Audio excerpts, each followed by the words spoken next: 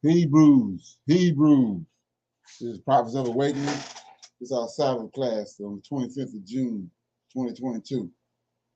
We're going to pick up where we left off last night with the breakdown on the book of Daniel. I'm asking everybody to like, share, subscribe to Prophets of Awakening channel, and hit the notification button if you can. This is a non-Messianic channel. We deal with the Tanakh and the Torah only. Tanakh is the Old Testament, so-called Book of Remembrance, and the Torah is the first 5 books of the Old Testament that was given to Moses on Mount Sinai by our Redeemer, the Lord of Hosts. Shalom and welcome everyone to Prophets of Awakening channel, and welcome to our Sabbath class. We're going to do our moment of silence, prayer, Sabbath prayer, Psalms, current events, and then we'll need to know the information, and then we'll go into our Q&A, and then go into our Bible reading. Okay, it's a moment of silence for the Lord of Hosts and our Creator Yahweh and all that they're doing to deliver us from our oppressors. O Lord, we come before Thee at the closing of Thy Sabbath day, at the beginning of Thy Sabbath day, thanking You for Your mercy and Your great power. We appreciate You, O Lord, for Your patience and guidance in these last days. We thank You for Your waking us up to this great understanding of Your word. We come before You that You keep, direct, and guide us through Your upcoming week. O Lord, for there are trials, and tribulations, and pestilence, and mayhem at every turn. Lord, we see Your mighty hand in the world's affairs, and how You are constructing Your people's deliverance. And we trust and rely upon Thee. For this cause, we honor and respect You greatly. Turn not Thy face from us, but allow us, in our searching of You, find You, O Lord, and dwell with You. Peace be unto You. Okay, we're going to deal with the Psalms right quick.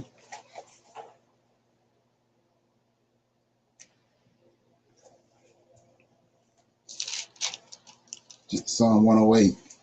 This is Psalm of David. It's Israel looks for God's help. Oh God, my heart is fixed, and I will sing and give praise even with my glory. Awake, patience, and heart. I myself will awake early. I will praise Thee, O Lord, among the people, and I will sing praises unto Thee among the nations. For Thy mercy is great above the heavens, and Thy trust reacheth unto the clouds.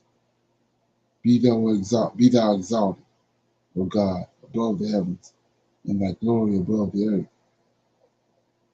that Thy beloved may be delivered. Save with Thy right hand, and answer me. God hath spoken in His holiness. I will rejoice. I will divide Shechem and mete out the valley of Succoth. Gilead is mine, Manasseh is mine. Ephraim also is the strength of my head. Judah is my lawgiver. Moab is my washpot. Over Edom will I cast out my shoe. Over Philistine will I triumph. Who will bring me into the strong city? Who will lead me into Edom? Will not Thou, O God, who has cast us off, and will not Thou, O God, go forth with our host? Give us help from trouble, for vain is the help of man. Through God we shall do valiantly, for it is He that it shall tread down our enemies. So that was Psalms 108, and it's Israel look for God's help. And through this psalm right here, David lets us know in Psalm 13 that through the Lord of hosts, their God, that they'll do valiantly, and that through him they will tread down their enemies. Okay. So with that being said, we're gonna go to our current events. Anybody got any current events? Okay.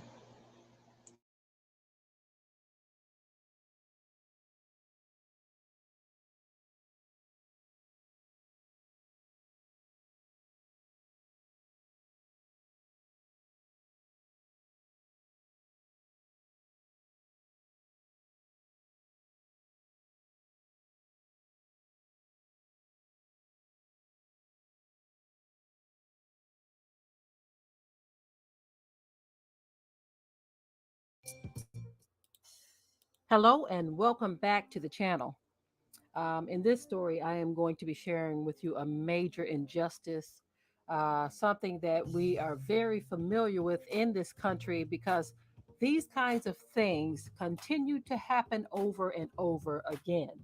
What we are looking at is a story of a man who spent, a black man, sorry about that, mic sound there, but we're looking at the story of a black man who spent over 30 years in prison wrongfully. He was an innocent man, but the state says we don't owe you a thing.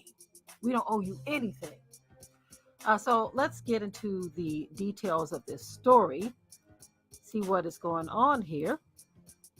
A Florida man who spent over 30 years in prison after a wrongful conviction was denied millions of dollars in compensation by the state because of a legal loophole. It says a Florida man was exonerated after serving 31 years in state prison. It was for a crime he did not commit. But they are saying, look, you will not be compensated for those years of your life that was lost behind bars. Let's find out why. Why is that? Why is it? But anyway, it says under Florida law, Thomas Raynard James, he should qualify for more than 1.5 million for his wrongful conviction in 1991 for the murder of an elderly man in Miami in a home invasion and a robbery. But provision disqualifies him from receiving a payout. He says he's not angry, but he's hurt. He's hurt by all of this. So he's basically lost 31 years of his life.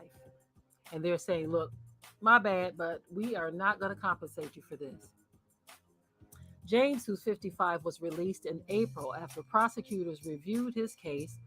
Miami-Dade State Attorney Catherine Fernandez Rundle said a key witness recanted their story, and James passed a polygraph test. Another man with the same name has been fingered in connection with the crime. So it trips me out how they can pin you with something based on a name, not based on any other evidence, just a name. They got the same name. Are you kidding me? Anyway, it says Thomas Raynard James was arrested in 1990 for the robbery and murder of Francis McKinnon after witnesses identified Vincent Dog Williams as one of the suspects. Tommy James said he had planned the crime with Williams, but he was arrested on unrelated charges before they could follow through. William then sought to help the help of another man, Derek Evans, instead. Rundle's office also reviewed 10,000 pages of documents related to the case before freeing James. While the state law awards Floridians $50,000 for each year of a wrongful conviction, Thomas was ineligible because he was convicted of another crime before he was sentenced to life in prison in January 1991. So that's ridiculous. That is ridiculous. Something that has nothing to do with this. So I feel like even though he may have done something else, the fact that he spent the 31 years in prison for something he didn't do, he should be compensated. But of course, they always have some type of loophole because they know that people of certain racial groups usually have more than one crime under their belt. You see. So, anyway, It says Florida's clean hands provision precludes those who committed crimes while in prison and before they were wrongfully convicted from being paid. That things are not balanced. They know this. But yet and still they say, you know what, for all of those hundreds of years of work and effort your ancestors put forth, they didn't get paid nothing. We're not paying you. We don't owe you a thing. This is how they feel that we should just grin and bear it, even though a lot of the treatment continues. A lot of the ill treatment continues to this day, and they still feel that they owe us nothing, even though we continue to see them shelling out billions to countries who they don't owe anything to. Just because they look like them, they're like, okay, we will give you billions. We don't owe you anything, but we're going to give it out of the goodness and the kindness of our hearts. They continue to give reparations to groups that don't deserve reparations, right? They continue to say, look, we're going to pay reparations to this group of people over here or that group of people. And even to those who do deserve reparations, like what they did to the Japanese, right? They deserve. Okay, so nobody shouldn't be surprised by what we just heard because we know how these people operate. So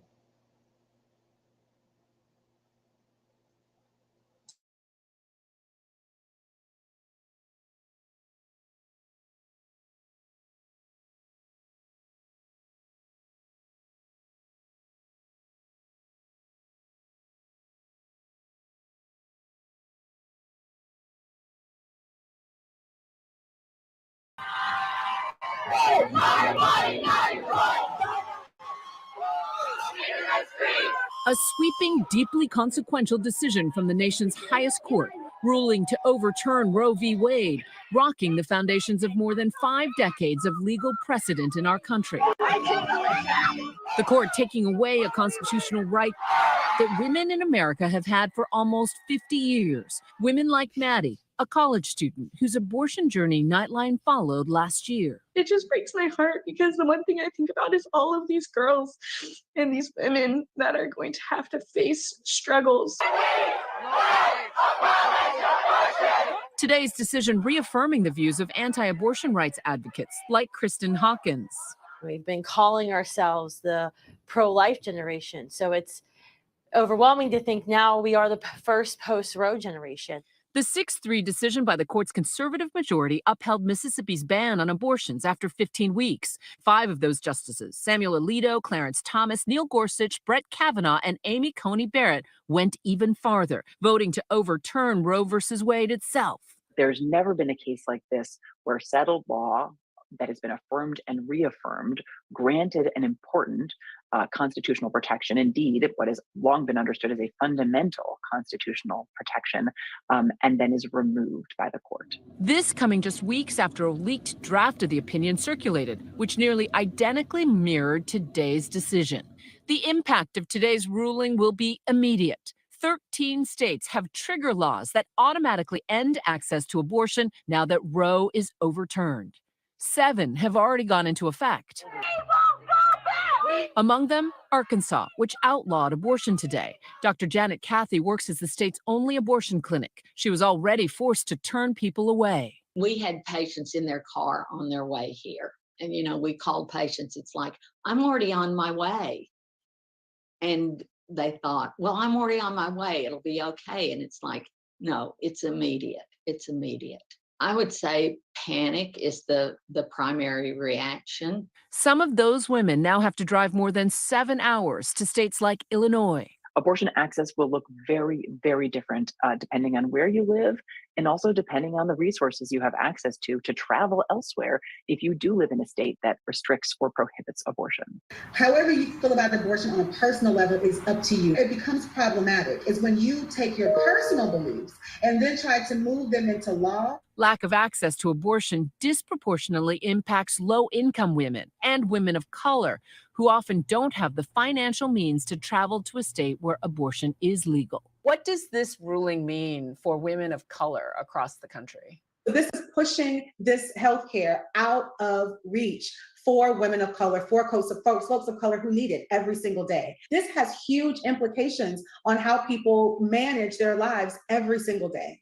Public opinion polls have consistently shown that the majority of Americans support upholding Roe versus Wade.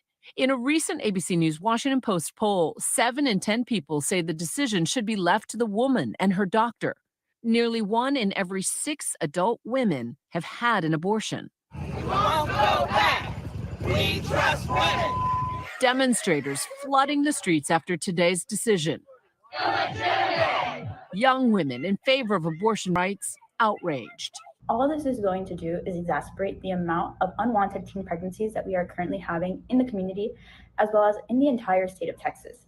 I was shocked, angry, but more than that, I was tired. Access to abortion care and abortion services should not depend on your zip code. Others jubilant. I'm so excited, happy, overwhelmed to be living now in an post-Roe America. I was shaking and I was so happy. I couldn't even think about anything else. I was just shaking. I never thought that I would witness this moment. The president speaking from the White House today, emphatic in his repudiation of the ruling. It's a realization of an extreme ideology and a tragic error by the Supreme Court, in my view. While Republican leaders are lauding the decision. You know, today's Supreme Court decision in Dobbs is the most important pro-life ruling in American history. We now have a voice for all life. Multiple state leaders vowing to keep access to abortion open for anyone seeking them in their state. We will not stand on the sidelines. The West Coast of the United States is going to stand strong. We'll fight like hell to protect your rights and your safety. In Texas, restrictions have already been in place since the fall, when the state legislature banned abortions as early as 6 weeks. A decision that has since affected countless women, including Maddie, who found out she was pregnant just days after the law went into effect. When she told me that I was measuring at 10 and a half weeks, I just cried. I was heartbroken and terrified. I immediately knew that any chance I had of being able to have this procedure done in Texas was gone. So she was forced to travel 400 miles away, across state lines, to a clinic in Mississippi, Jackson Women's Health Organization, the very clinic at the heart of the Supreme Court case. Do you feel secure in your decision today? Yeah, my decision hasn't wavered. It's my body and it's my choice. I don't think it's right for people to try and convince others when it's not their life that's about to change. You said in our original pieces that your body is your property. You should have control over it. What does this ruling tell you about who has control of reproductive rights of frankly, women's bodies? It shows that I never had the right to my own body. It's clear now that it's up to Texas legislation. Maddie says she had the means and the support to fly to Mississippi for her procedure, but Mississippi is one of the states with a trigger ban. The clinic she went to, the Pink House, announcing that it too will soon have to close its doors. What's your reaction?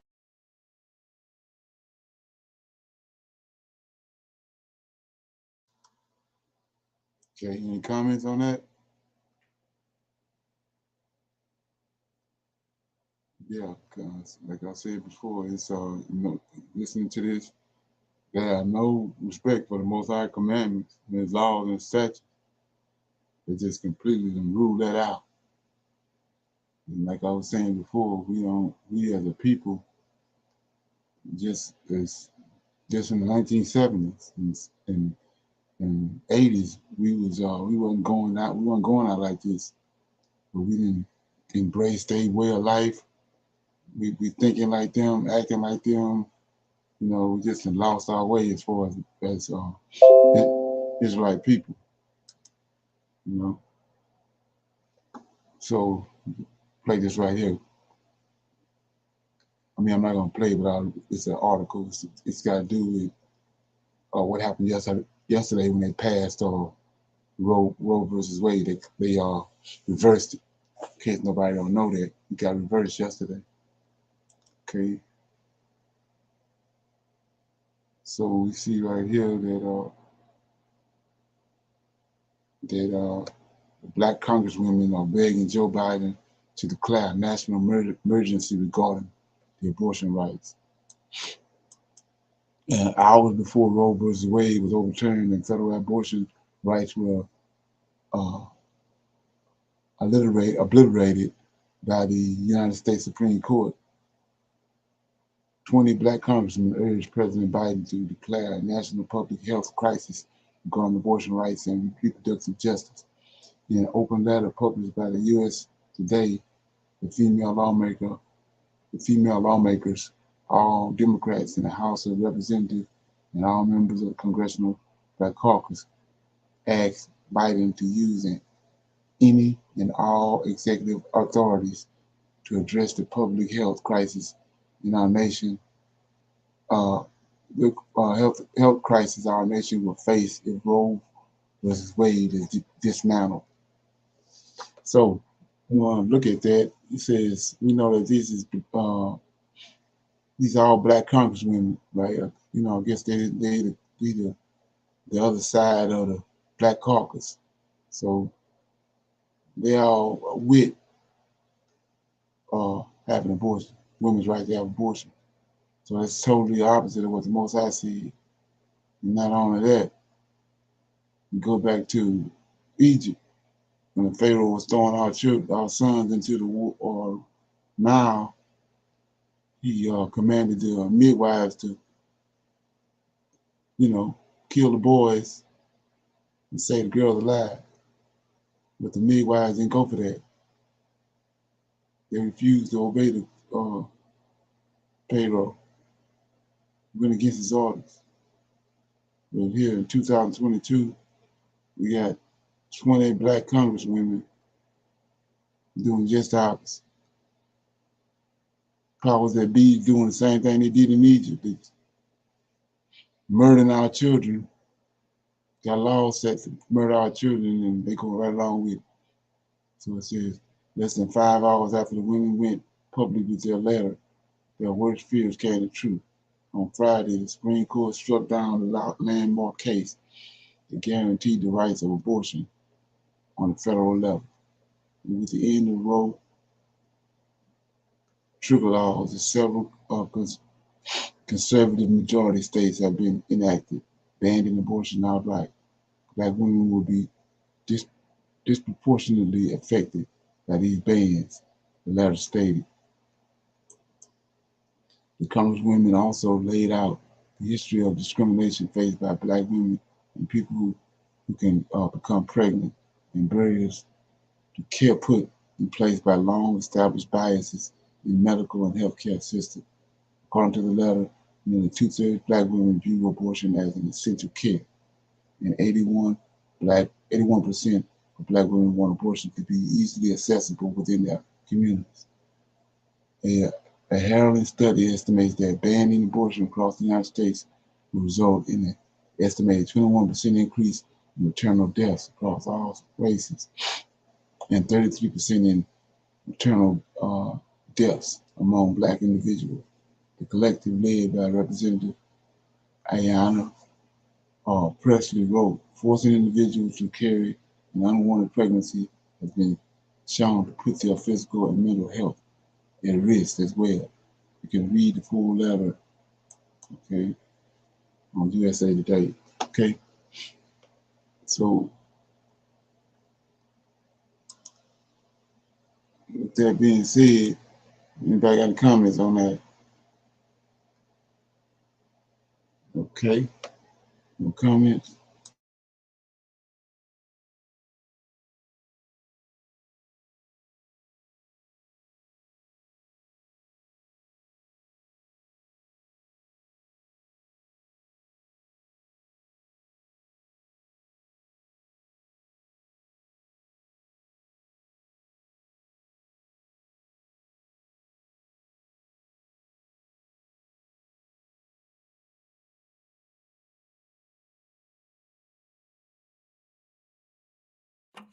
We will see large numbers of poor people, and specifically blacks, going to jail and to prison, and they will not have a chance In the early 1980s, the nation's slogan was clear. Just say no. Crack now has spread to almost every American city. But what if I told you that there was more to the crack era than what the white mainstream news media let on? And that it went beyond Black and Latinx folks who simply needed to kick a drug habit. Today's baggage, how the war on drugs ravaged Black America. Once upon a time, in a not so far away and familiar place, the United States entered what became known as the crack era. During the early 1980s, a new drug somehow infiltrated low-income Black and brown communities, causing crime and chaos. It was called crack cocaine. The problem is crack cocaine. Crack cocaine may deny these Black children a decent future. Well, it turns out that your uncle, who always talks about the man, was right. Well, sort of. While crack did absolutely ravage some Black and brown communities, it wasn't that simple.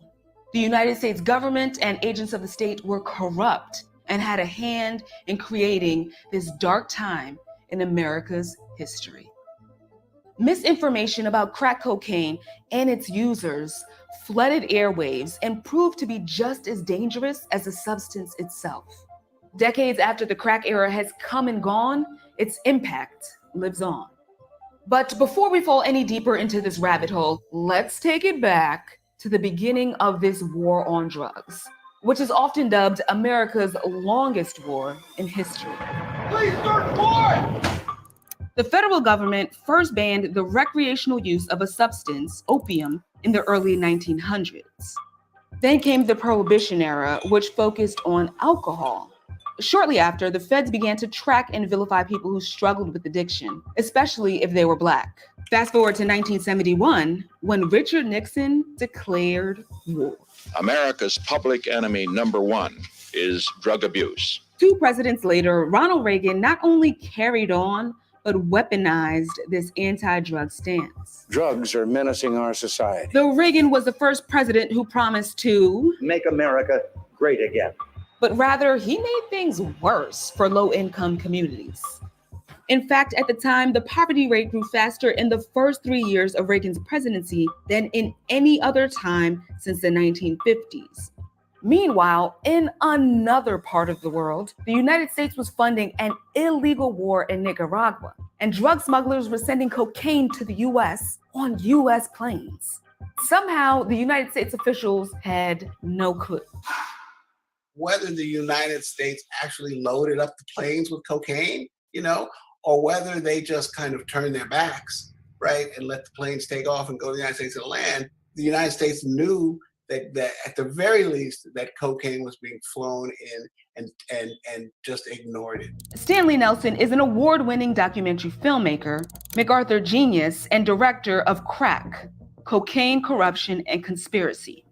He says that this rampant poverty and international scandal, which caused cocaine to flood the United States, was the backdrop in which the crack era took off.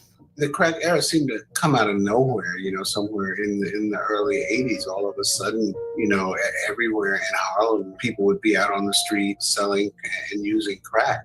Not only in Harlem, I remember, I was walking across 42nd Street and people were in doorways smoking crack. In his film, Nelson walks viewers through various phases of the crack epidemic. At first, we saw it in the African-American Latinx communities. Then, we're like, oh my God, there's an epidemic. The politicians weren't talking about it. The media wasn't talking about it. The police were not stopping it. That's a big part of it. Some dirty cops took money from drug dealers, or they took drug money themselves. What would you steal? Money and drugs and guns, whatever was it. And somehow this fact was left out of the media. Wonder why? And then there was a shift. A local success story took a tragic turn this morning. Maryland basketball star Len Bias died after overdosing on cocaine 2 days after he was drafted to the Boston Celtics. It's like a political wet dream, because now all politicians, Democrats, Republicans, everybody was talking about the scourge of crack and the evil dealers who are dealing crack. It was crazily overblown. And from the era emerged some dangerous myths about Black people. First of all, there was the crackhead, just had given up their lives to crack and, would do anything for crack. Then there was a crack mama. That was, basically Black women. This woman sold her baby for a crack. And an equally damaging falsehood, the crack baby. Despite all the warnings, a growing number of babies are being born already addicted to cocaine. They'll spend the rest of their lives suffering for the lifestyle of their mothers. What would you do about pregnant women who use drugs and pass those drugs on to their babies? Media played a huge part in making the public feel that crack was really the real threat and that treatment wasn't the answer, but jail. And the federal government's response to the war on drugs was clear. Lock them up and throw away the key. They could come up with a new drug tomorrow, and we're gonna go out there and do the same thing we're doing today. We ain't gonna stop. While chemically, powder cocaine, which was often used by white people, and crack cocaine, which was more accessible and believed to be used by Black people, are practically the same, if you're caught using or selling either drug, the law says otherwise. During the crack era, the sentencing disparity was crazy. The rule was 100 to 1. So 5 grams of crack would land you with a 5-year mandatory minimum, but it would take 500 grams of cocaine to get the same sentence. Now, here's the kicker. Black people made up 82% of the folks convicted for federal crack and cocaine offenses, but only 30% of crack users. 62% of people convicted for crack offenses were low-level sellers or lookouts. Today, the number of Americans incarcerated for drug offenses went from 40,900 in 1980 to 443,200 in 2018. With over 2 million people locked up, which is a 500% increase over the last 40 years, 1 in 5 incarcerated people is locked up for a drug offense. And being convicted of a felony can impact your voting rights, access to loans, and ability to get a job, among other factors. To say that the war on drugs filled our prisons and changed the trajectory of hundreds of thousands of people's lives would not be inaccurate. And Nelson reminds us that the war on drugs also changed the way that we look at policing. The war on drugs was part of the fuel for local police to become militarized. And that's what we saw, over and over again in Ferguson and with the George Floyd protests. Cops with body armor, and looking like something out of Star Wars. So that becomes part of our lives now. And a lot of it, not all of it, but a lot of it started, with the crack epidemic. Decades after the crack epidemic is said and done, do you think that the forces that coalesced to create the period in time that we know as the crack era actually understood the implications of their actions? I feel at this moment more and more that the United States knows what it is and knows what it does and knows that it's racist and doesn't care. I don't want to give America a pass anymore. African Americans, Latinx, and progressive people have to start there and then push for change. The crack era vilified Black and Latinx people, and that's a fact. During this period in time, there was no solution other than jail. No consideration for how trauma and poverty could lead one to get involved with crack. No treatment for those who suffered from addiction. No discussion of a public health crisis, and certainly no empathy.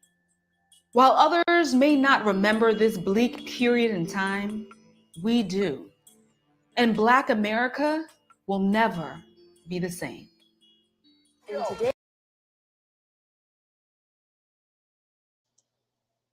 Okay.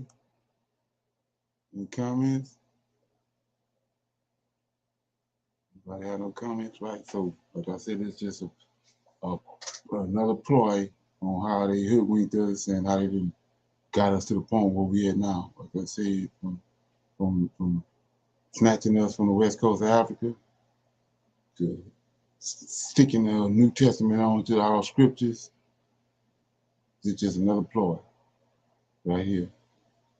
So you're African American, Negro, so-called Israelite, and you believe in anything they say, you got a problem, something wrong. So with that being said, I'm opening up for some Q&A. Anybody got any questions or comments about anything? Okay. I got another issue I want to bring up. We're going to play it and then see if anybody got anything to say about it. Okay.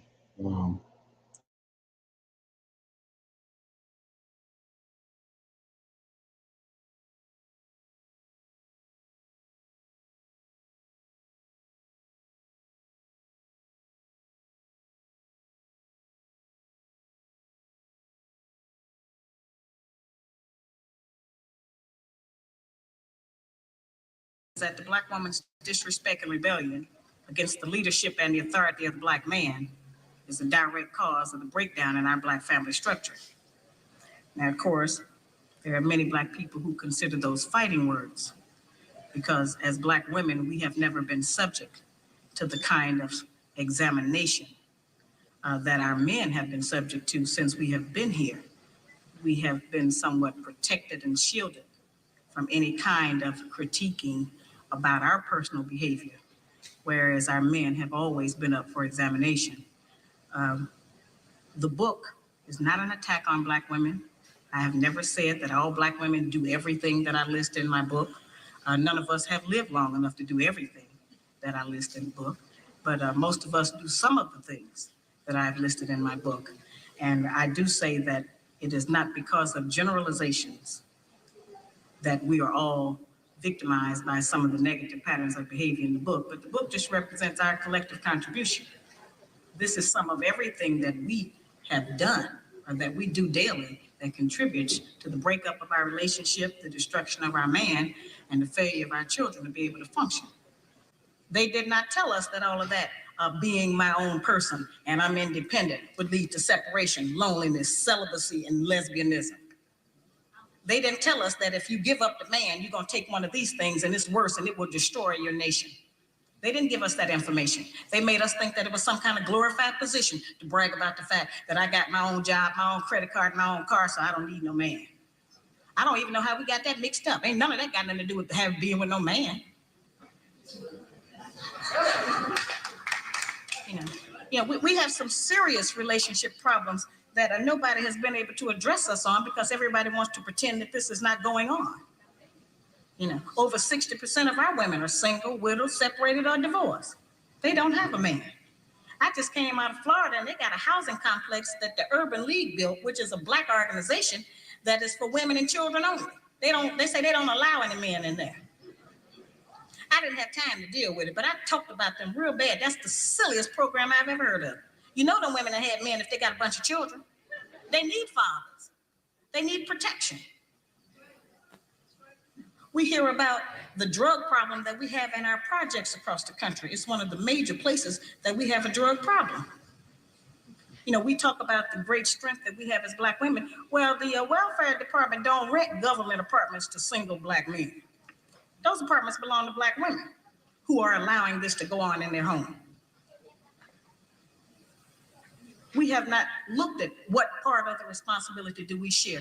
Yes, Black men sell a lot of drugs, and a lot of us Black women get the money from them drugs and buy some of these fancy clothes we wear, drive around in some of these fancy cars. He is not doing these things alone and without support from us, whether they are good or bad. See, we have a lot of power. We are very strong women. I'm saying that we're using our strength in the wrong direction. We're using it to tear our man down, tear our nation down instead of building it up. Having an education and a job does not necessarily mean you have a successful life. I keep telling Black women that to raise a child, they say, well, I provided with food, clothing, and shelter. That's not raising a child, that's maintaining one. To raise a child, you need a parental coalition of a man and a woman. We have sons who are, by not having a father in the home, they don't know how to respect women. They take on the Black female emotionalism. They're doubtful, they're indecisive, they can't make a decision. They don't know what to do about being a man because we can't teach them that. We don't have that knowledge.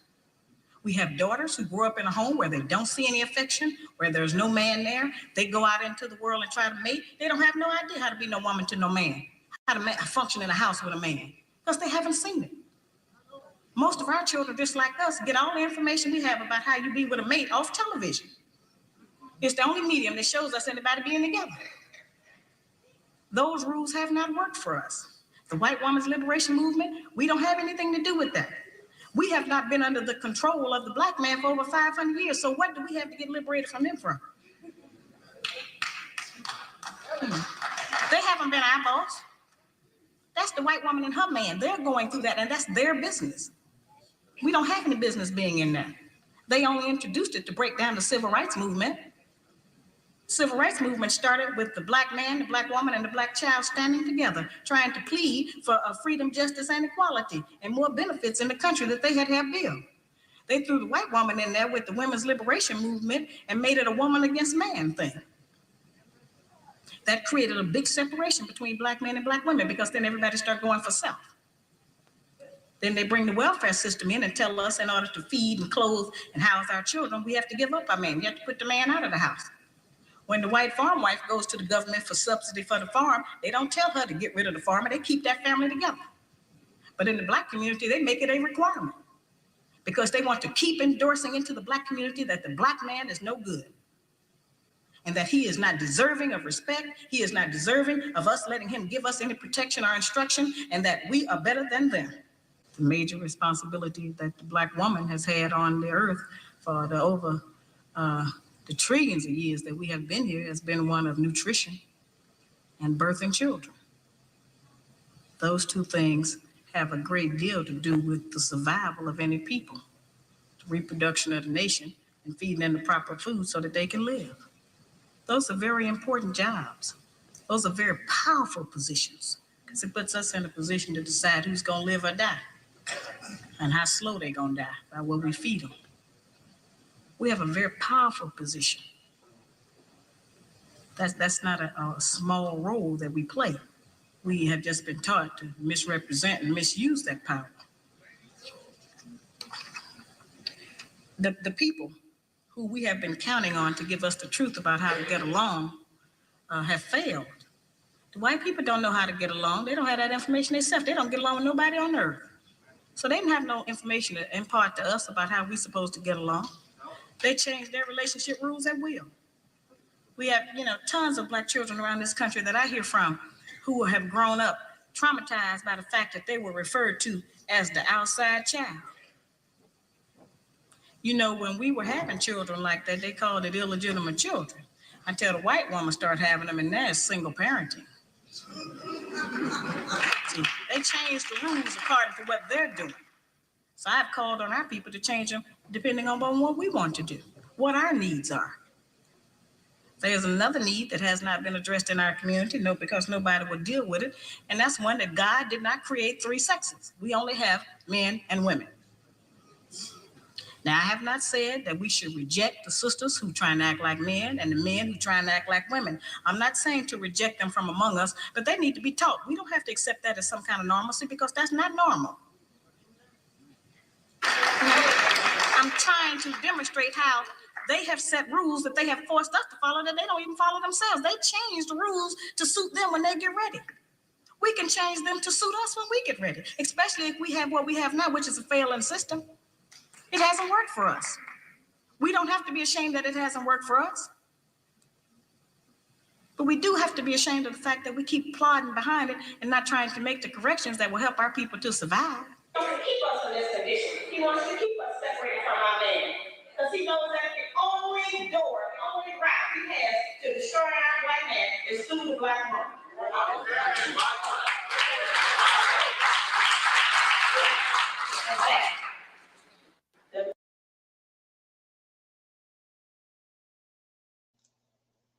Okay.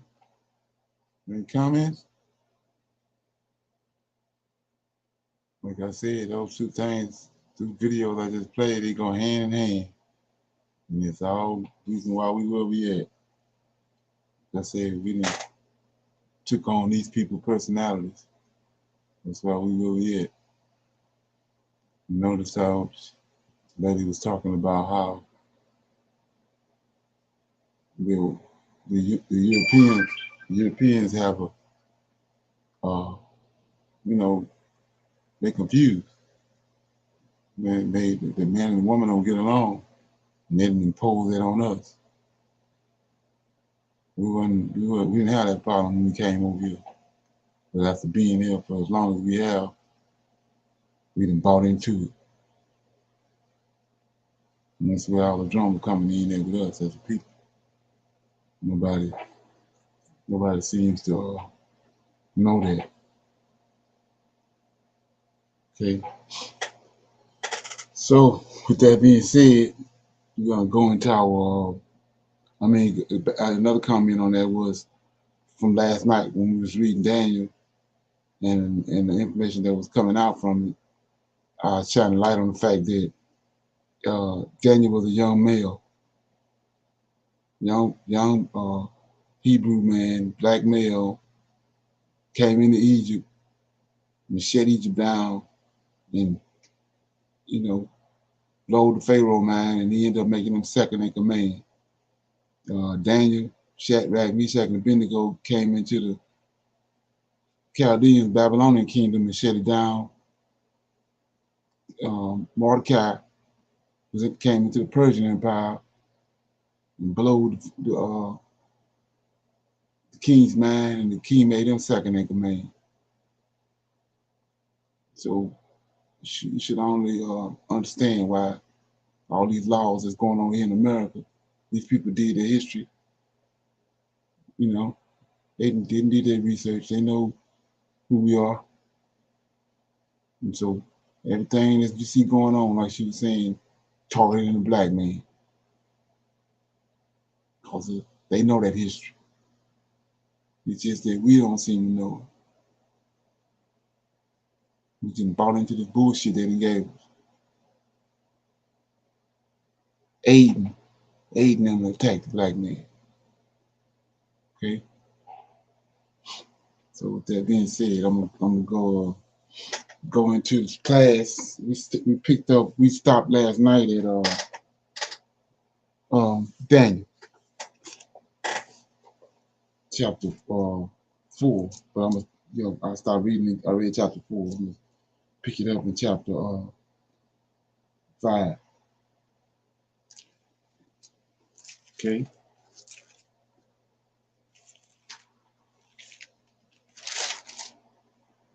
So this is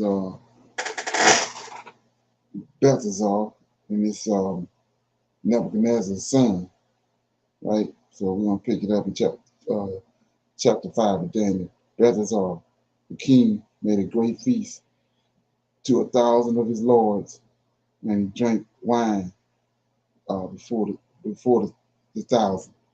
Belshazzar, while he tasted the wine, commanded to bring the gold and silver vessels which his father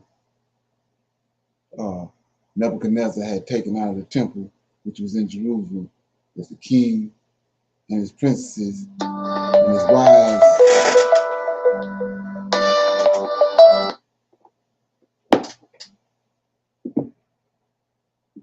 Okay, so give me 1 minute. The king, right? The king and his princes and his wives and his concubines might drink therein. Then they brought the golden vessels that were taken out of the temple of the house of God, which was in Jerusalem. And the king and his princes and his wives and his concubines drank in them. They drank wine and praised the gods of gold and of silver and of brass and iron and of wood and stone. Right? Then in the same hour came forth fingers of the man's hand and wrote over against the candlestick upon the plaster of the wall of the king's palace. And the king saw the part of the hand that wrote. Then the king's countenance was changed, and his thoughts troubled him, so that the joints of his loins were loose, and his knees smote one against another. So in other words, he peed on himself. Verse 7, the king cried aloud to bring in the astrologers, the Chaldeans, and the soothsayers. And the king spake and said to the wise men of Babylon, whosoever shall read these writings and show me the interpretation thereof shall be clothed with scarlet and have a chain of gold about his neck, and shall be the third ruler in the kingdom. Then came in all the king's wise men, but they could not read the writings, nor make known to the king the interpretation thereof. So let's go back a little bit. Okay, we know at the Tower of Babel, let's go there, that Tower of Babel in Genesis chapter 11, I'm going to read it, that it says, let me get it.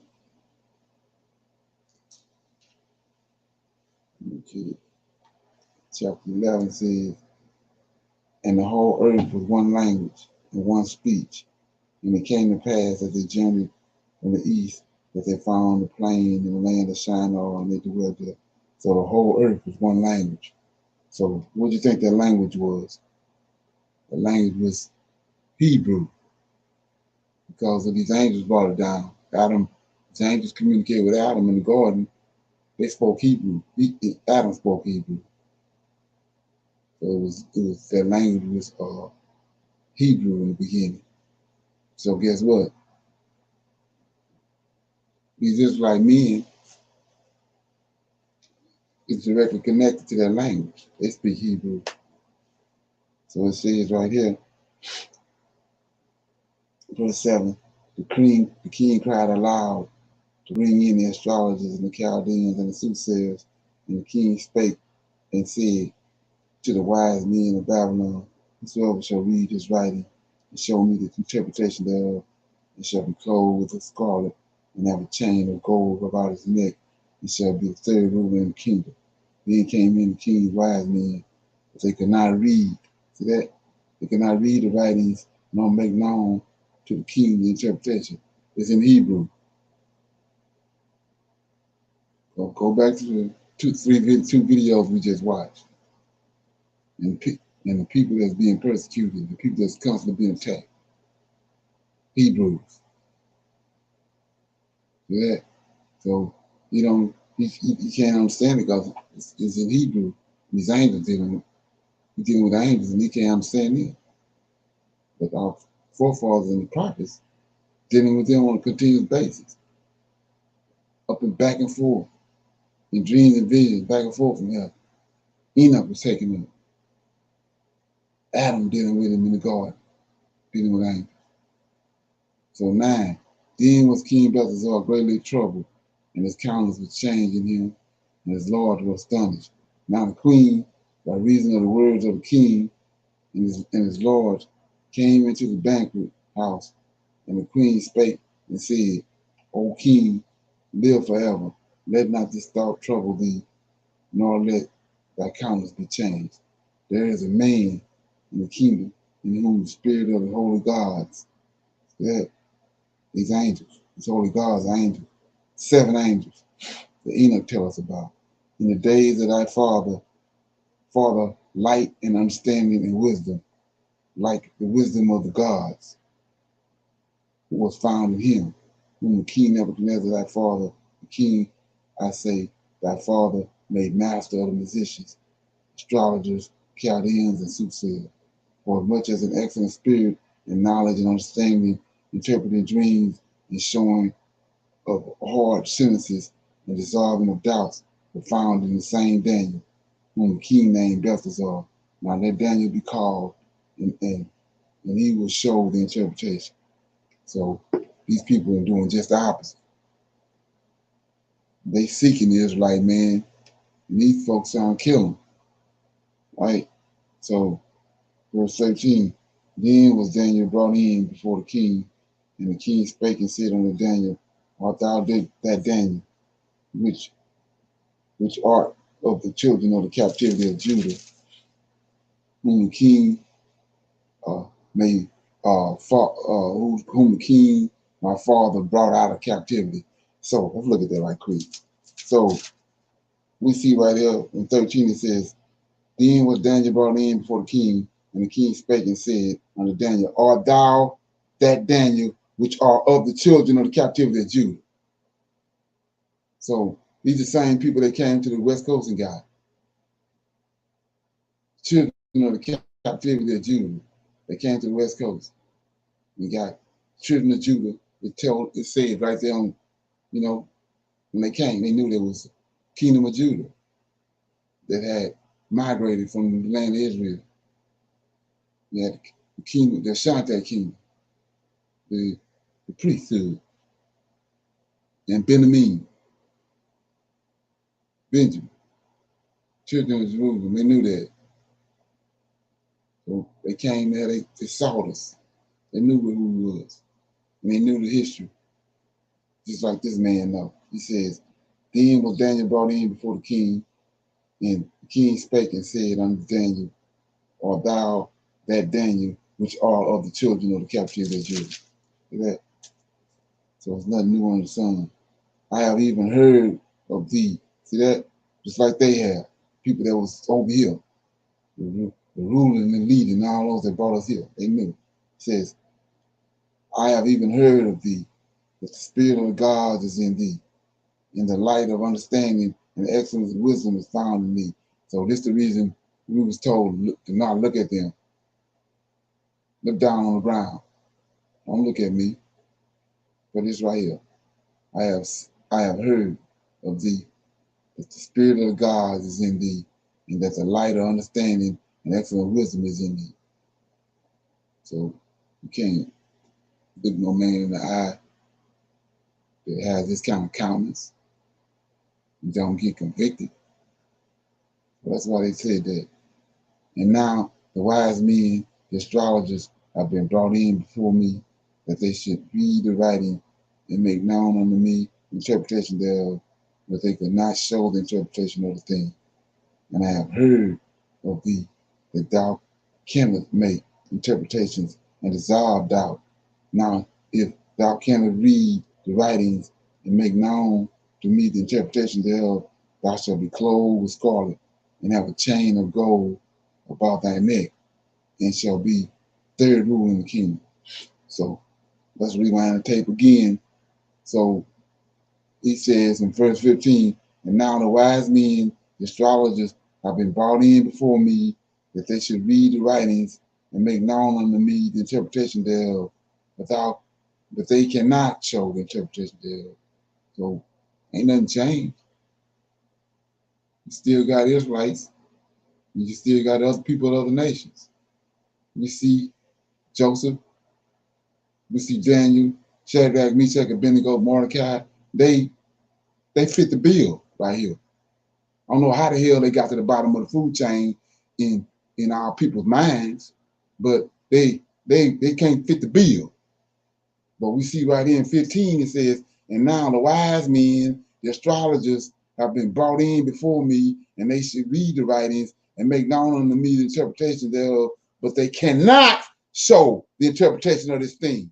And I have heard of thee, that thou can make the interpretation and dissolve the doubt. Now, if thou can read the writings and make known unto me the interpretation thereof, thou shalt be clothed with scarlet and and have a chain of gold about thy neck, and shall be third ruler in the kingdom. And he did just that. He fit the bill. Joseph fit the bill. Shadrach fit the bill. Meshach, Abednego, Solomon, Nathan, Samuel. So I don't know why you figure the Hebrew can't fit the bill.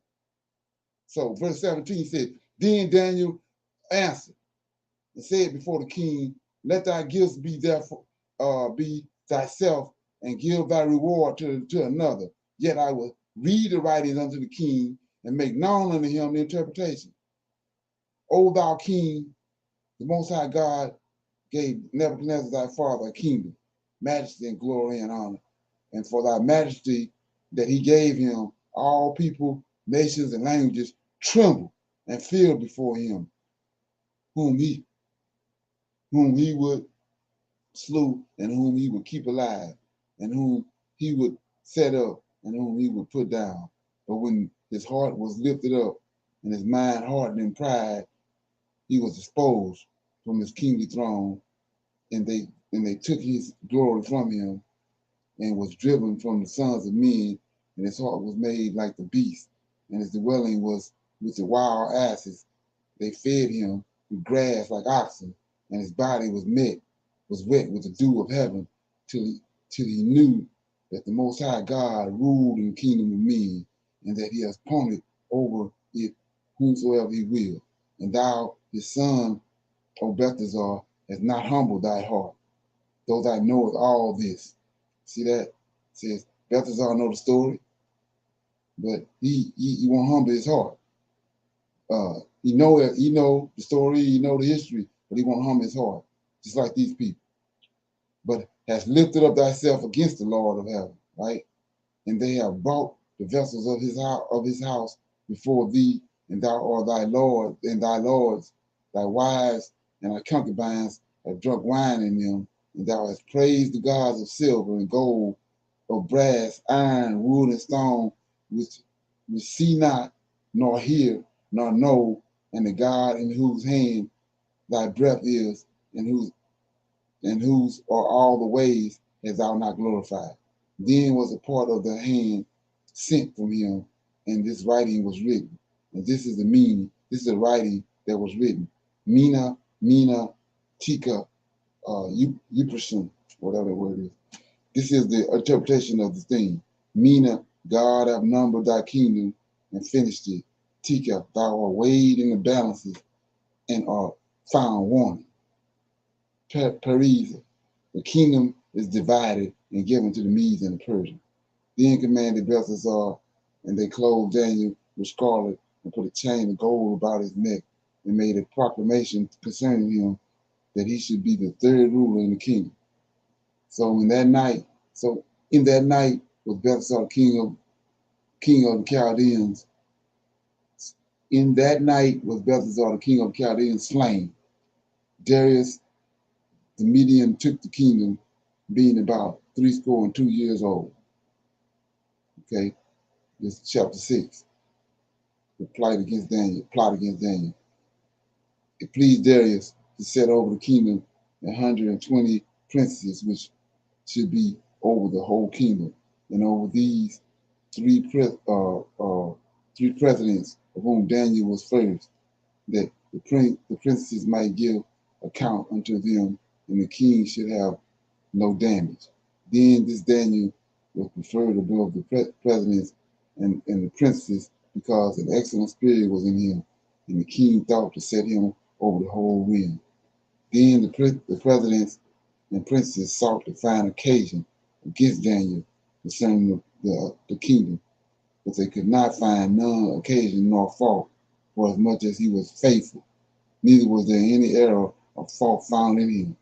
Then said these men, we shall not find any occasion against this Daniel, except we find it against him concerning the law of his God. Then these presidents and princes assembled together to the king and said thus unto him, King Darius, live forever. All the presidents of the kingdom, the governors, princes, the counselors, and the captains have consulted together to establish a royal statute and to make a firm decree that whosoever shall ask a petition of any god or man for 30 days, save thee of the king, he shall be cast in the den of lions, right? So let's look at it. Verse 7. All the presidents, right? We're going to fast forward to today. All the presidents of the kingdom, the governors, princes, counselors, captains, have consulted together to establish a royal statute. Yeah, that's to set a trap. And to make a firm decree that whatsoever shall ask a petition, whosoever asks a petition of any god or man for 30 days, save of the king, he shall be cast in the fiery furnace. So they came up with this decree and this trap because they knew Daniel was not going to veer from his God. Same thing with us today. 8. Now, O king, establish the decree, and sign the writing, that it be not changed according to the law of the Medes and Persians, which altereth not. Wherefore King Darius signed the writing and the decree. Now, when Daniel knew that the writing was signed, he went into his house, and in his window being open in the chamber toward Jerusalem, he kneeled upon his knees 3 times a day and prayed and gave thanks before his God, as he did oftentimes. So let's look at that. Now, when Daniel knew that the writings were signed, he went into his house, and the windows being open in his chambers toward Jerusalem, he kneeled upon his knees 3 times a day, prayed and gave thanks before his God, as he did oftentimes. So let's look at why he's doing that. We're going to go to another prophet, another Israelite, Hebrew, Negro. We're in Isaiah chapter 8, verse 18. It says, we're going to kill 2 birds with 1 stone. It says, behold, this is Isaiah talking. Behold, I and the children whom the Lord have given me are for signs and wonders in Israel from the Lord of hosts. So where he live at, which dwelleth at Mount Zion, right? Yahweh dwells in the heavens of heavens. Whoever this is dwells in Mount Zion. Lord of hosts, he tells you, dwells in Mount Zion, right? Where's Mount Zion at? To the east. It's in Jerusalem. So we're going to go back to Daniel chapter 10. Now, when Daniel knew that the writings were signed, he went into his house, and his windows being open in the chamber toward Jerusalem, right? He kneeled upon his knees 3 times a day and prayed and gave thanks before his God, which is in Mount Zion, where Isaiah God is. Ain't Yahweh, huh? As he had did oftentimes. Then these men assembled and found Daniel praying and making supplications before his God. Then they came near and spake before the king concerning the king's decree. Hast thou not signed a decree that every man that shall ask a petition of any god or man within 30 days, save of thee, O king, shall be cast into the den of lions? And the king answered and said, the thing is true, right? According to the law of the Medes and the Persians, which altered not. Then answered they and said before the king that Daniel, which is of the children of the captivity of Judah, notice how they keep on zeroing in on that, of the children of the captivity of Judah, regarded not thee, O king, nor the decree that thou hast signed, but maketh his petition 3 times a day. 14. Then the king, when he heard these words, was sore displeased with himself, and set his heart on Daniel to deliver him, and he labored till the going down of the sun to deliver him. Then these men assembled unto the king and said unto the king, know, O king, that the law of the Medes and the Persians is that no decree nor statute which the king established may be changed. Now, I want to shine a light on this, because this right here is humongous, and like I said, I'm burnt out on it. So he says, we saw at the beginning, they found no occasion against Daniel. So they knew they had the only way to get him to set a trap for him was to deal with his God. So they went to the king, and the king, not understanding what they're doing, they set the king and Daniel up. They got him to sign the decree pertaining to Daniel God, that if he didn't worship Nebuchadnezzar or if he didn't reference the king, to throw him into the lion's den, right? So same thing going now with the Old and New Testament. They done gave us another God, and no sooner than you find out who your God is and deal with him, they're gonna come with these laws that they set up. They're gonna come with Matthew, Mark, Luke, and John, and Paul, and all these clowns. Ain't nothing no different. It set a trap up for us. As soon as you break it down and show it to them, they ain't trying to hear it because they already set a trap. And it came together, like he said in Psalms 83. It all came together on one accord. Okay? Then these men assembled. This is Daniel chapter 6, verse 15. Then these men assembled unto the king and said unto the king, Know, O king, that the law, see that? The law of the Medes and Persians is that no decree nor statute which the king established may be changed. Right? The Lord thy God is one God. That's what they holler. Not understanding these, they came together long before you even thought about it. And I already set a trap. Come on. 16.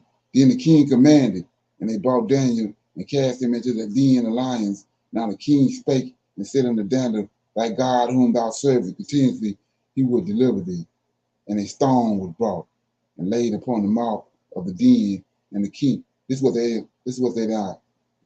They wasn't anticipating, right? It says just like with us, they thought their job was done. We weren't gonna find our God. We gave them JC. They sold out on him. You know where the hell they gonna find him? So 17, and a stone was brought and laid upon the mouth of the den, and the king sealed it with his own signet and with the signet of his lords, that the purpose might be changed concerning Daniel. Then the king went to his palace, passed the night fasting, neither were instruments of music brought before him, and his sleep went from him. Then the king arose very early in the morning and went in haste into the den of lions. And when he came to the den, he cried with a lamentable voice unto Daniel. And the king spake and said to Daniel, O Daniel, servant of the living God, is thy God, whom thou servest continuously, able to deliver thee from the lion's den. Then said Daniel unto the king, O king, live forever. My God hath sent his angel, and hath shut the lion's mouth, that thou have not hurt me, for as much as before him innocency was found in me, and also before thee, O king, have I done no hurt. Then was the king exceedingly glad for him, and commanded that they should take Daniel up out of the den. So Daniel was taken up out of the den, and no manner of hurt was found upon him, because he believed in his God. See that? This how important it is.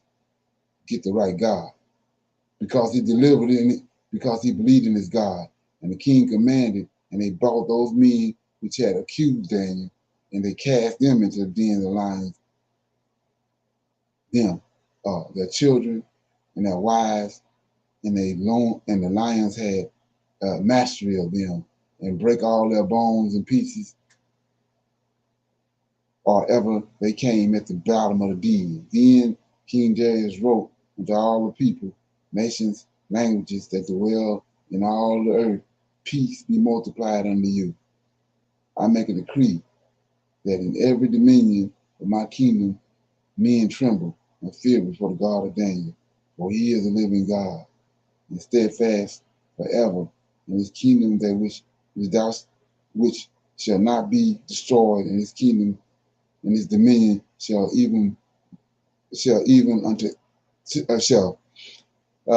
dominion shall be even unto the end. He delivered and rescued, he worketh signs and wonders in heaven and in the earth, who have delivered Daniel from the power of the lions. So this Daniel prospered in the reign of Darius and in the reign of Cyrus the Persian. Okay, so that was chapter 7. That was chapter 6. I'm gonna read chapter 7. Anybody got any comments so far? Okay, chapter 7. This is Daniel's vision of the four beasts. In the first year of Belshazzar, king of Babylon, Daniel had a dream and a vision of his head upon his bed. Then he wrote the dream and told the sum of the matter. Daniel spake and said, I saw in in my vision by night, and behold, 4 winds of heaven strove upon the great sea. 4 great beasts came up out of the sea, diverse from one another.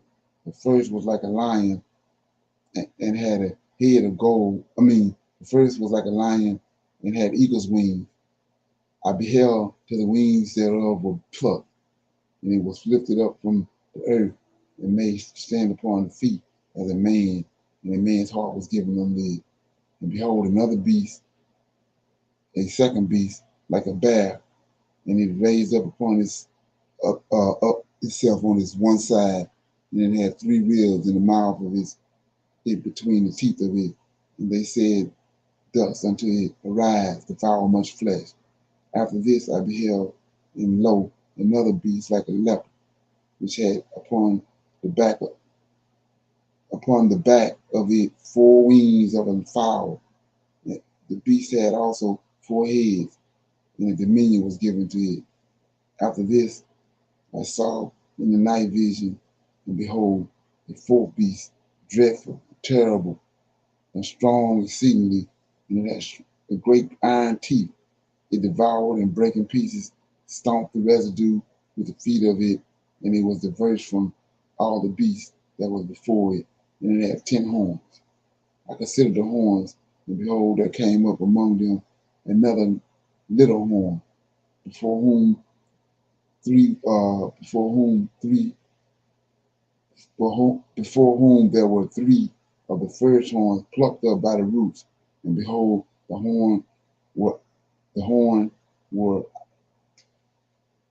in this horn were eyes like the eyes of a man, and the mouth speaking great things. I beheld till the thrones were cast down, and the Ancient of Days did sit, whose garment was white like snow, and the hair of his head was like pure wool. His throne was like the fiery flame, and his wheels as burning fire. A fiery stream issued and came forth from before him. Thousands upon thousands ministered unto him, and tens of thousands stood before him. The judgment was set. The books were opened. It says, and I beheld then, because of the voice of the great words which the horn spake. I beheld even till the beast was slain, and his body destroyed and given to the burning flames. So let's go back to verse 10, verse 9. I beheld till the thrones were cast down, the Ancient of Days did sit, whose garment was white like snow, and his hair of his head like pure wool. His throne was like a fiery flame, and his wheels as burning fire. A fiery stream issued forth from before him. Thousands upon thousands ministered unto him, and tens of thousands stood before him. Now here you go. And the judgment was set, and the books was open, right? What book? Go to chapter 10. Chapter 10, verse 20 and 21. It says, Gabriel talking. Then said he, Lord, thou wherefore I come unto thee, talking to Daniel. And now I will return and fight with the prince of Persia. And when I am gone forth, the prince of Greece shall come. But 21, but I will show thee, talking to Daniel, I will show you that which is noted in the scriptures of truth. That's the same book, same thing over here. In Daniel chapter 7, verse 10. Thousands upon thousands stood before him, and the judgment was set, and the books were open. That's the books right here. Verse Daniel 21, 10 and 21. But I will show thee that which is noted in the scriptures of truth. And there is none that holdeth with me in these things but Michael, your prince. Okay. So let's get back over here to chapter 7. It says, 11. I beheld then, because of the voice of the great words which the horn spake, I beheld even till the beast was slain, and his body was destroyed, and given to the burning flames. As concerning the rest of the beasts, they had their dominions taken away, yet their lives were prolonged for a season and a time. I saw in the night vision, And behold, one like the Son of Man came with the clouds of heaven, and came before the Ancient of Days. They brought him near before him, and there was given him a dominion, and glory, and a kingdom, that all people, nations, and languages shall serve him. His dominion is an everlasting dominion, which shall not pass away, and his kingdom is which shall not be destroyed. And I, Daniel, was grieved in my spirit in the midst of my body, and the vision of my head troubled me. I came near unto one of them that stood by and asked him the truth of all this. So he told me, made me know the interpretation of these things. These great beasts, which are four kings, which shall arise out of the earth. But the saints of the Most High shall take the kingdom and possess the kingdom forever, even and forever. So we're gonna go back up here and rightly divide this, because they got it all twisted up. Chapter 7, verse 13 says, Daniel said, I saw in the night vision, and behold, one like the Son of Man came with the clouds of heaven, and came to the Ancient of Days, and they brought him near before him, right? They tell you that's Jesus Christ, right? 14, that was given him, they said it's Jesus Christ, dominion and glory and a kingdom, that all people, nations, and languages shall serve him. His dominion is an everlasting dominion, which shall not pass away, and his kingdom that which shall not be destroyed, right? So we get down here and we give an interpretation, and Daniel tell him the stone that hit the image at the bottom of the feet. Verse 18, but the saints of the Most High, this is the stone that shall take the kingdom, possess the kingdom forever and ever. So who are these saints? Go to Ezekiel right quick. You'll see who these saints are. 37. Ezekiel 37 says, saints are people that was dead. At one time they were dead and they resurrected. So he says, 37 verse 1, the hand of the Lord was upon me, carried me out into the spirit of the Lord, set me down in the midst of a valley which is full of bones, and caught these bones as our forefathers that was buried in, they buried. Joseph made a statement to the Israelites in Egypt, take my bones with you and bury them in Zion, right? Because he knew he was going to get resurrected, right? He told Daniel, go that way and rest. You're going to sleep with your fathers, and you're going to be raised up in your lot in the latter days. So these dry bones right here is Israelites. So verse, can you get it? Verse 10, so I prophesied as he commanded me, and breath came into them, and they lived, stood upon their feet, and exceedingly great army, right? Then verse 11, I ain't write this, right? Then he said unto me, Son of man, these bones is the whole house of Israel. They say our bones are dried and our hope is lost. We are cut off from our parts. So these saints that take the kingdom. So if Israelites are the saints in verse 18, then who is this person up here in verse 13? I saw in the night vision, and behold, one like the Son of Man with the clouds of heaven came with the Ancient of Days, and they brought him near unto him, and there was given him a dominion and glory and a kingdom. So if we see who the kingdom is Israelites, kingdom of Israel, right? So we keep going. Therefore prophesy and say unto them, thus said the Lord God, behold, O my people, I will open up your graves. See that? Cause you to come up out of your graves and bring you into the land of Israel. And ye shall know that I am the Lord when I have opened your graves and brought, O my people, and brought you up out of your graves, and shall put my spirit in you, and ye shall live, and I shall place you in your own land.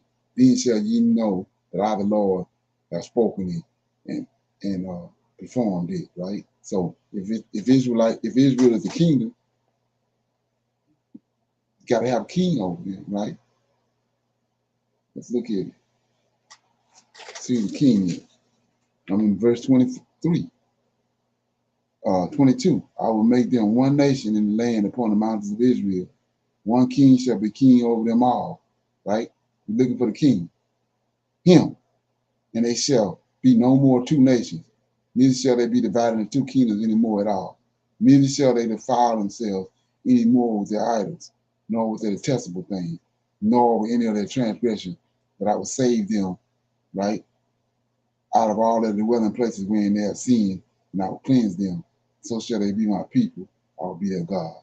So we're going to king right here. And David, my servant, shall be king over them.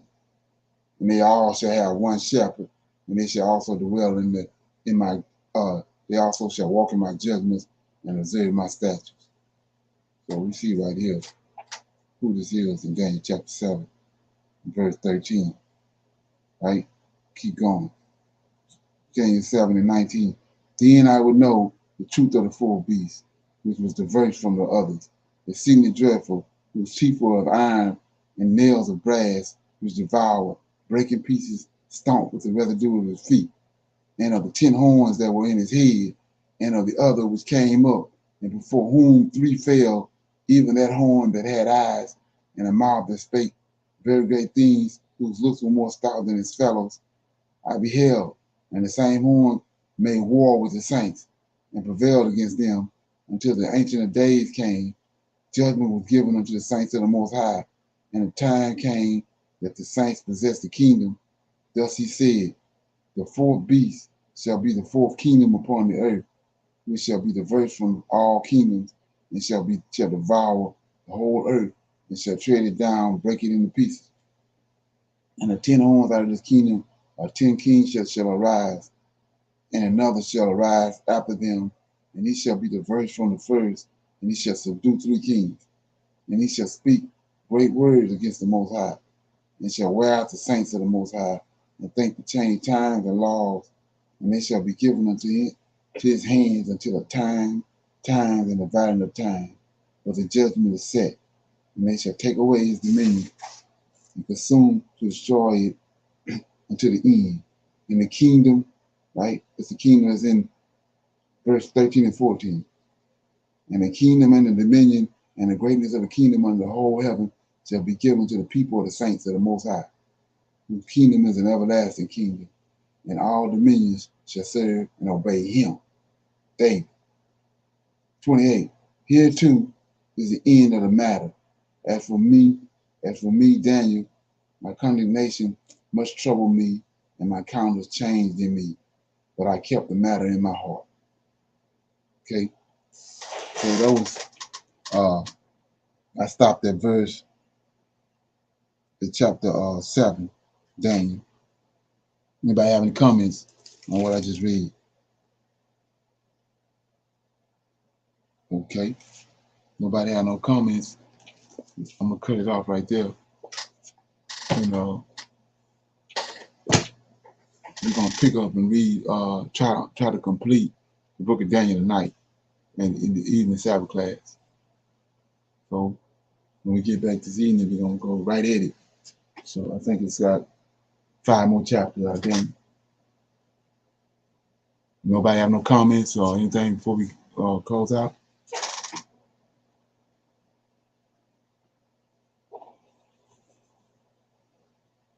Okay.